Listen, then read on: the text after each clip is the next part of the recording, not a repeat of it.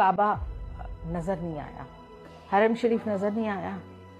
एक कॉलर ने क्वेश्चन किया, एक खातून थी, उन्होंने क्वेश्चन किया कि मैं अजीब मेरे साथ मामला हुआ, मैं हज पे गई और जब हरम में दाखिल हुई तो मुझे काबा नज़र नहीं आया।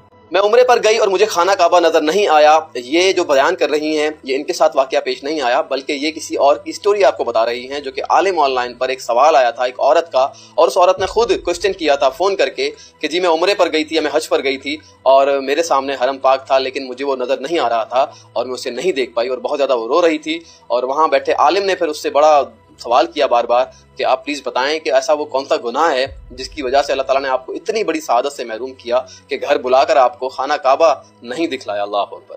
अच्छा, वाकया ये था कि ये औरत जो गुस्ल दिया करती थी मैयतों को गुस्ल देने का इसका काम था, और इसको किसी ने तावीज़ दिए कि आपने ना फलां मैयत पे मतलब उसको गुस्ल देते वक्त उसके मुंह में तावीज़ डाल देना है। तो उससे हो क्या रहा था कि उसकी फैमिली के जो लोग थे, उसके बच्चे जो थे, उनका इंतकाल होना शुरू हुआ। मतलब अगर मैं आपको खुल के स्टोरी बताऊं तो एक फैमिली का एक्सीडेंट हुआ था और उसकी जो बाकी फैमिली के जो मेंबर्स थे, यानी बच्चे थे उनके जो बच गए थे और उनके नाम पे प्रॉपर्टी होगी, इस तरह की कोई चीजें होगी। तो जो दूसरी फैमिली थी, उसके रिश्तेदार थे, उन्होंने क्या किया कि इस फैमिली जिसका इंतकाल हुआ था, इनको गुस्ल देते वक्त तावीज़ दिए काला इल्म के इस तरह के ताकि जो ना इसका असर जो ना इसके बच्चों पर जाए और उनकी भी डेथ हो जाए, अल्लाह माफ करे। तो इस तरह से बिल्कुल हुआ।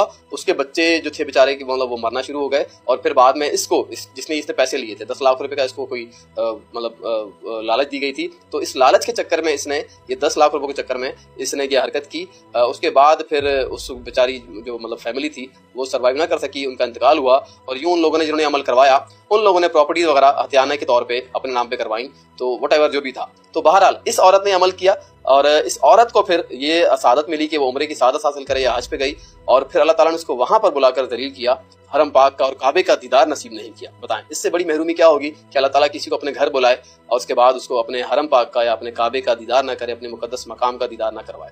तो